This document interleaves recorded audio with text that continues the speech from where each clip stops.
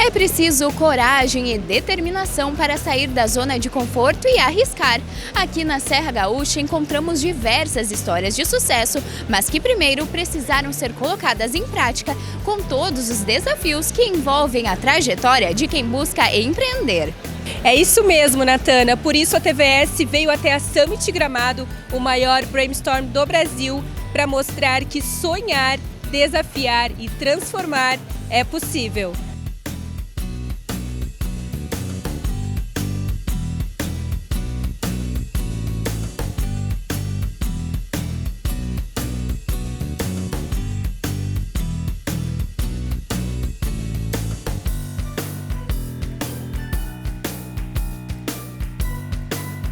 E eu converso então com o Marcos Rossi, ele que é CEO da Summit Hub e o grande idealizador, do Gramado Summit. Gramado realmente se tornou, nesses dias a capital aí da inovação. Eu acredito que sim. Olha, primeiro, boa tarde, viu? Obrigado demais a participação de vocês. Gramado, na verdade, hoje se torna a Serra do Silício. Eu acho que uma das coisas mais importantes que a gente fez com a Gramado Summit desde 2017 é tentar tirar da grande capital o papo sobre inovação e tecnologia. Não que não deva ter, muito pelo contrário.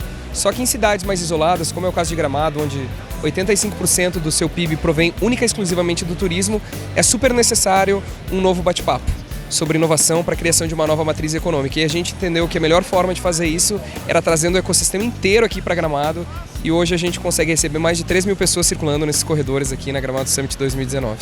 Que bacana. Marcos, e vamos comentar um pouquinho então sobre o que são as startups, que a gente tem aqui, em estágio inicial, mais avançadas?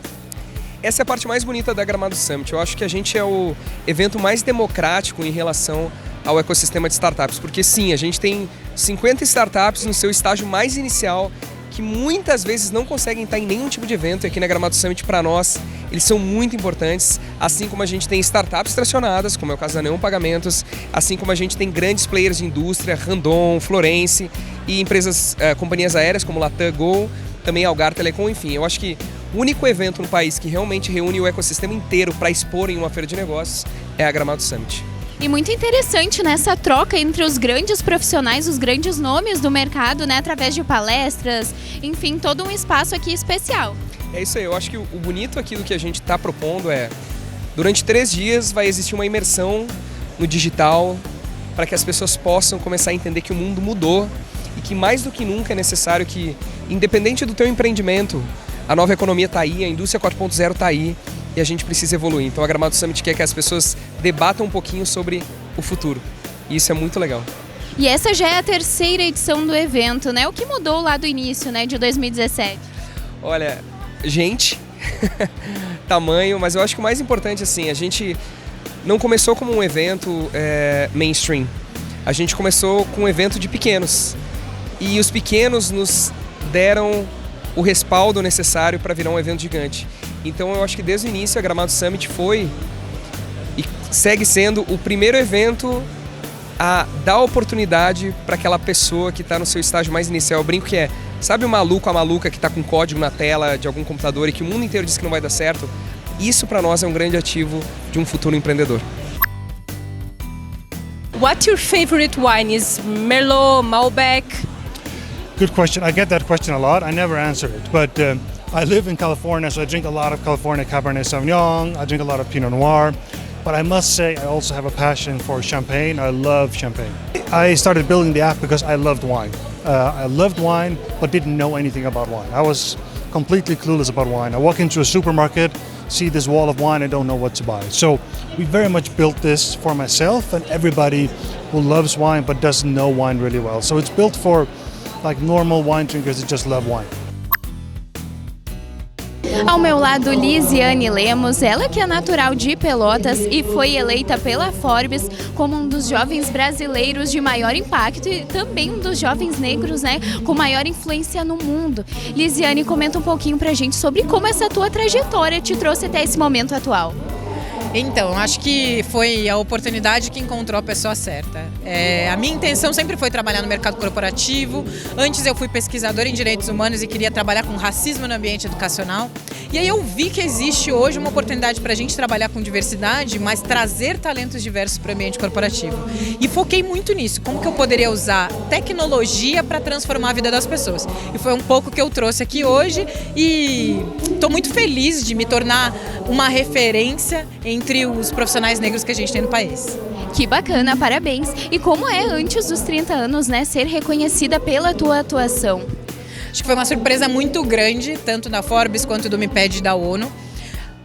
Acho que eu sempre pensei em fazer o meu melhor, em fazer algo de diferente, encontrar algo que me deixasse feliz, que instigasse a minha curiosidade e que pudesse inspirar as pessoas. E acho que isso acontece quando é genuíno, quando encontra uma paixão, algo que te move, os prêmios vêm e os resultados vêm também. Com certeza. E o que está achando aqui do Gramado Summit, né? Muito bacana que em tua fala relembraste os teus ancestrais. Eu acho que sempre que uma mulher, um negro e um jovem, ele pisa num palco para dividir com outras pessoas, ele traz essa história, essa ancestralidade, essa herança e essa oportunidade de fazer mais e melhor para frente. Então eu fiquei muito feliz de ver que no Gramado Summit teve esse pensamento de pensar em mulheres falando do seu expertise, de fazer um cenário meio a meio, de trazer profissionais negros falando sobre o que eles fazem de melhor. Então eu falo de venda, de tecnologia, de carreira, é o que eu amo fazer e isso foi muito legal.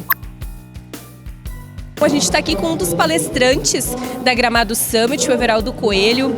Everaldo que começou como ilustrador e chegou a ser designer da Apple, né? Conta pra gente essa história, um pouquinho da tua trajetória.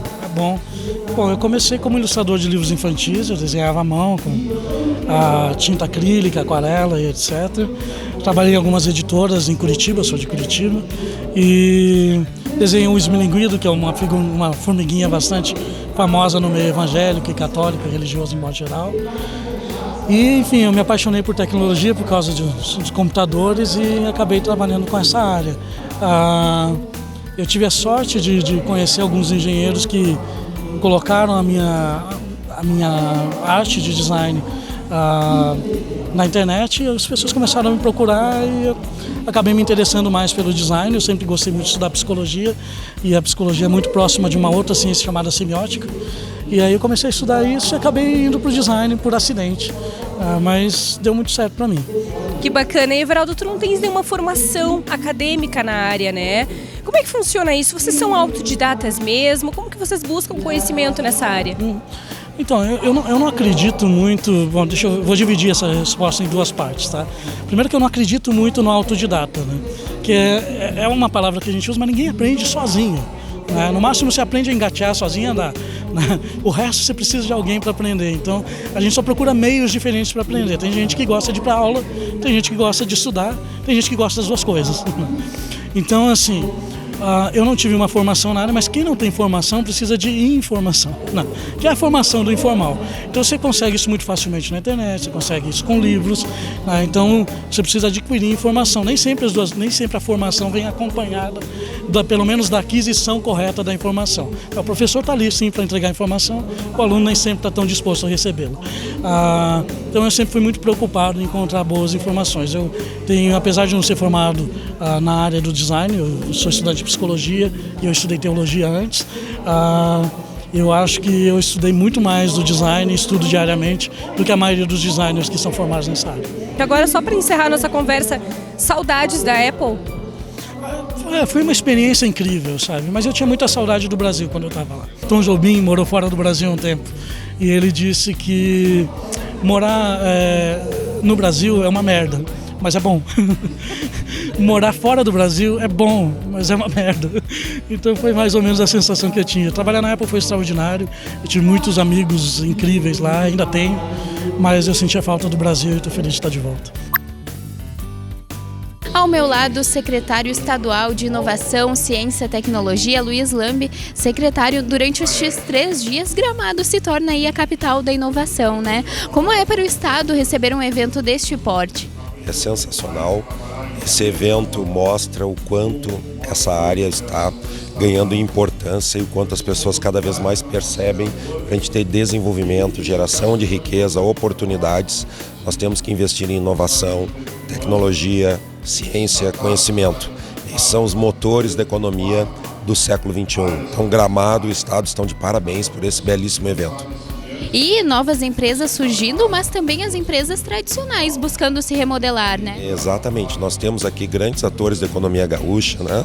Randon, Marco Polo, esse movimento da Hélice em Caxias do Sul, que agregou empresários, agregou universidades, agregou a sociedade em prol do desenvolvimento da região. A gente sempre pensa que as empresas vão se manter sempre com os mesmos produtos, as mesmas tecnologias, mas a gente vê grandes empresas absorvendo tecnologia, construindo parcerias com startups, construindo parcerias com universidades para justamente continuarem competitivas nessa economia do conhecimento, nessa economia globalizada. Agora nós conversamos com o Daniel Randon. Daniel, seja bem-vindo à TVS. Você está aí há 20 anos, né, de trajetória no empresariado brasileiro. De lá para cá, o que mudou? Como a tecnologia contribuiu para o crescimento da Randon? Bom, primeiro as empresas Randon, elas têm completando esse ano 70 anos de história e vale destacar que a tecnologia ajudou a empresa muito a crescer na sua história. Hoje nós somos líder na América Latina de implementos rodoviários e toda a parte de autopeças para veículos comerciais. O que a gente está trazendo aqui no Summit é o desafio dos últimos, talvez, 5 anos, que existe uma mudança enorme na parte de digitalização, toda essa parte de redes sociais, onde as informações estão cada vez mais na nossa palma da mão. Então agora o desafio junto às empresas é que as lideranças estejam preparadas a usar essas novas tecnologias e a fomentar essa transformação junto com os colaboradores da empresa. Legal, recentemente você assumiu, né, a presidência da empresa. Qual tem sido o seu maior desafio? Eu fico feliz que é uma empresa que vem um trabalho de sucessão há 20 anos, né, onde meu irmão teve a oportunidade de suceder meu pai há 10 anos e nesse processo, então é um trabalho de sucessão tranquilo, no sentido da governança, é uma preocupação que não se faz do dia para a noite, mas é um trabalho de longo prazo. Então, meu trabalho é dar continuidade ao que a Randon tem feito, que é continuar crescendo com sustentabilidade e continuar investindo cada vez mais em inovação e novas tecnologias para, junto ao nosso cliente, gerar cada vez mais valor e produtos melhores e serviços melhores. E a Agência Brasileira de Desenvolvimento Industrial está representada aqui no Gramado Summit pelo seu presidente Guto Ferreira. Guto, nessa busca do Brasil aí por se tornar uma potência digital, de que forma, né, é preciso inovar, buscar novidades, enfim, nesse ramo? O primeiro ponto que o Brasil precisa resolver para chegar nessa questão é a questão da infraestrutura, né? Então a conectividade, ela só se resolve por meio do investimento em infra. O segundo ponto é a desburocratização, desregulamentação, para que a gente tenha áreas que possam ser testadas novas tecnologias como ocorre no mundo inteiro. O terceiro é, obviamente, o governo acompanhar essa questão digital, parar de ser analógico e se tornar digital. Isso a gente acredita que a gente está no caminho. O quarto é uma melhor capacitação por meio da educação. Então nenhuma revolução vai acontecer no Brasil se não acontecer por meio da revolução, seja ela 4.0, cidades inteligentes. Precisa começar a ensinar para essa molecada na base sobre economia, administração, empreendedorismo, programação. E o quinto, eu acho que é justamente a gente adotar isso como cultura e como pilar de desenvolvimento. Com certeza, né? A educação é super essencial. Sem dúvida, a educação é um grande desafio. Hoje a gente tem, a gente brinca que tem uma escola do século XIX, professores do século XX e alunos do século XXI. Então a gente tem que abandonar mesmo.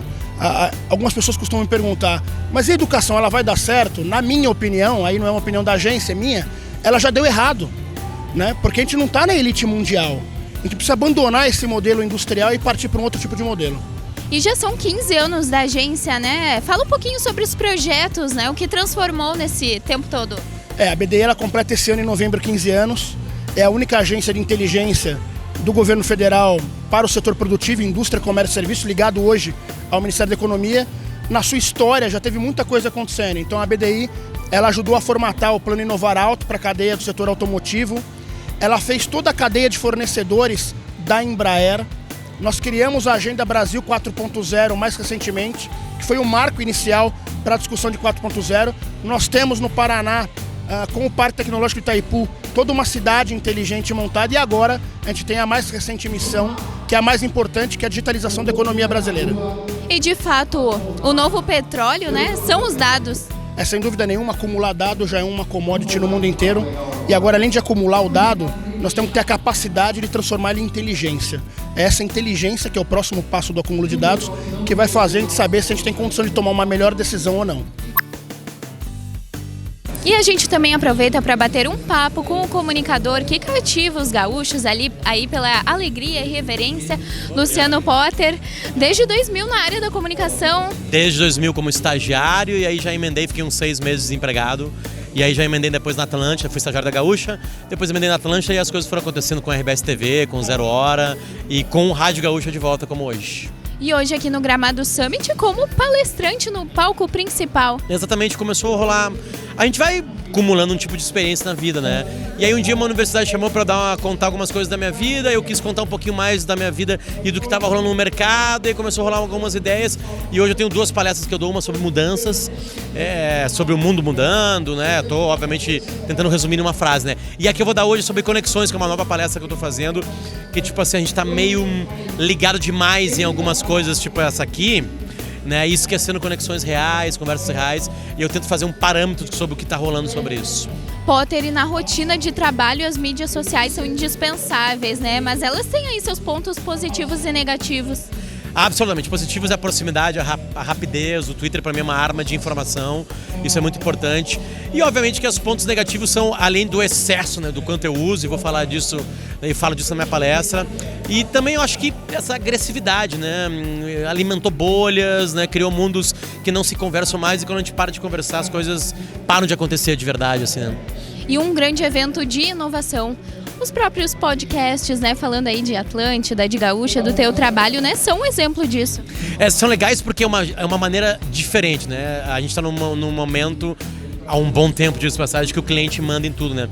Antes, a comunicação, o jornalismo, ele, é assim, quer consumir, compra esse jornal, quer consumir, o horário desse programa na rádio é assim, e o horário desse programa na TV é assim. A internet veio, e junto com a internet veio a possibilidade de a gente espalhar áudios, né, que a gente chama de podcasts.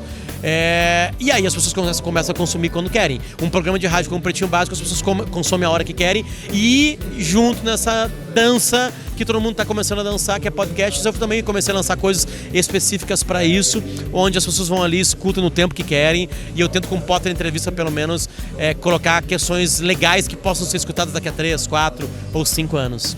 E sobre essas conexões que veio falar, né? O que deixa aí de especial, um recadinho pro público? Cara, eu acho que é uma coisa que a gente já sabe, assim, mas é que é difícil, assim. Isso aqui é meio que um vício, assim, já, né? Mas também não é uma máquina que vai nos destruir. Então a gente tem que saber lidar com essas tecnologias e lidar com conforto, lidar como uma ferramenta legal, porque a gente precisa, muitas profissões precisam. Sei lá, eu conversei com um pedreiro por aqui, entende? Ele precisa de um WhatsApp.